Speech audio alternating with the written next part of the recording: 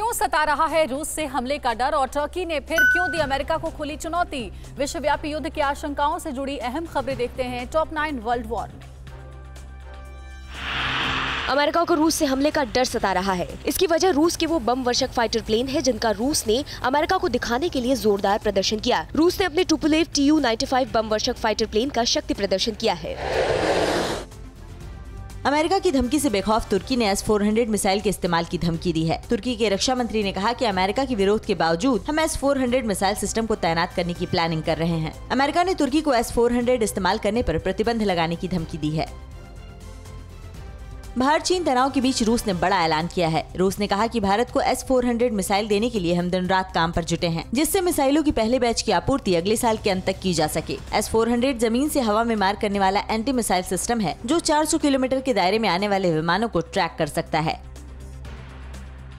रक्षा जगत में अब भारत का डंका बजने वाला है। भारत कई देशों को ब्रह्मोस सुपरसोनिक क्रूज मिसाइल बेचने जा रहा है। इसकी शुरुआत अगले साल फिलीपींस से होगी। BrahMos supersonic cruise missile Bharat और रूस ने मिलकर तैयार की है। ब्रह्मोस सुपरसोनिक क्रूज मिसाइल को सबमरीन, शिप, एयरक्राफ्ट या जमीन से लॉन्च किया जा सकता है।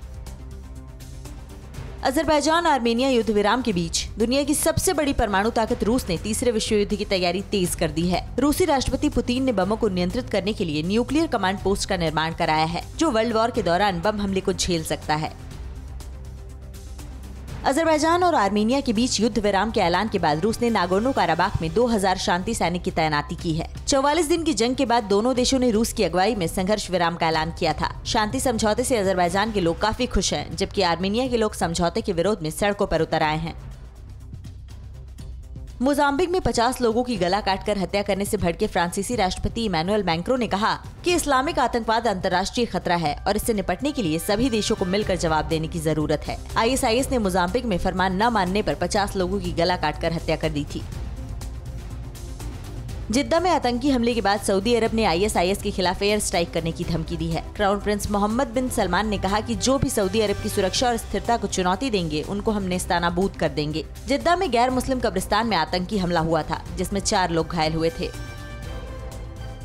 सीरिया में रूसी सैनिकों पर बड़ा आतंकी हमला हुआ है। रूसी सैनिकों की पेट्रोलिंग पार्टी को निशाना बनाकर विद्रोहियों ने बड़ा हमला किया। रूसी सेना ने बताया कि विद्रोहियों ने हमारे सैनिकों पर हमला किया जिसमें दर्जनों सैनिक घायल हुए हैं और इनमें से कुछ की हालत गंभीर बनी हुई है।